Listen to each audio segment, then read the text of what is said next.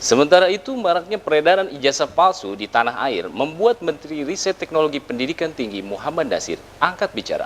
Menurutnya, Indonesia harus bersih dari mafia-mafia pembuat ijazah palsu.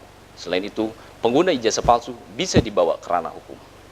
Maraknya ijazah palsu di tanah air membuat seluruh komponen masyarakat, khususnya para pelajar, resah.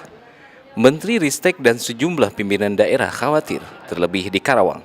Sekretaris daerah menuturkan, untuk mengantisipasi maraknya ijazah palsu di Karawang, Pemda khususnya Dinas Pendidikan tidak menerima penyesuaian ijazah yang diperoleh dari kelas jauh karena telah sesuai dengan peraturan Menteri. Ini apa? Karawang tidak menerima penyesuaian ijazah yang diperoleh dari kelas jauh. Karena sudah ada peraturan Menteri dulu, tidak boleh ada kelas jauh.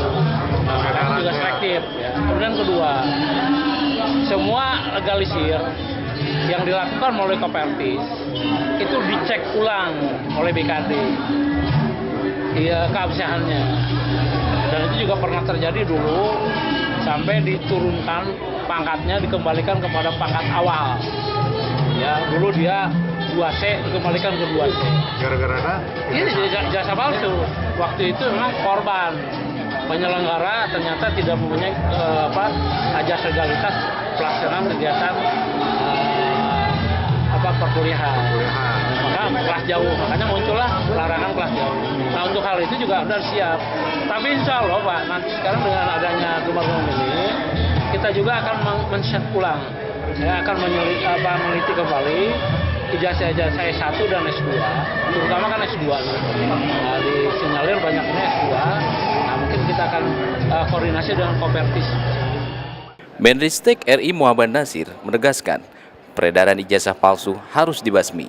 Begitupun mafia-mafia pembuat ijazah palsu harus disingkirkan. Indonesia menurut Muhammad Nasir harus bersih dari mafia ijazah palsu. Ya, terkait ijazah palsu yang ada di Indonesia harus kita basmi ya. Mafia penjualan ijazah palsu harus bersih dari negeri kita ini. Kita harus menjaga mutu pendidikan di Indonesia. Jangan sampai terjadi di Indonesia adalah melakukan transaksi yang tidak terhormat tersebut.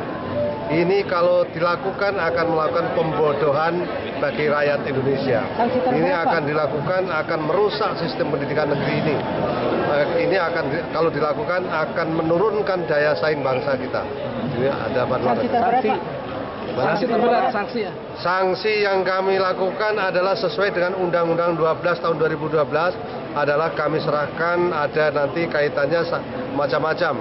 Kalau terjadi jual beli jasa itu berarti urusan pidana, itu akan saya serahkan polisi.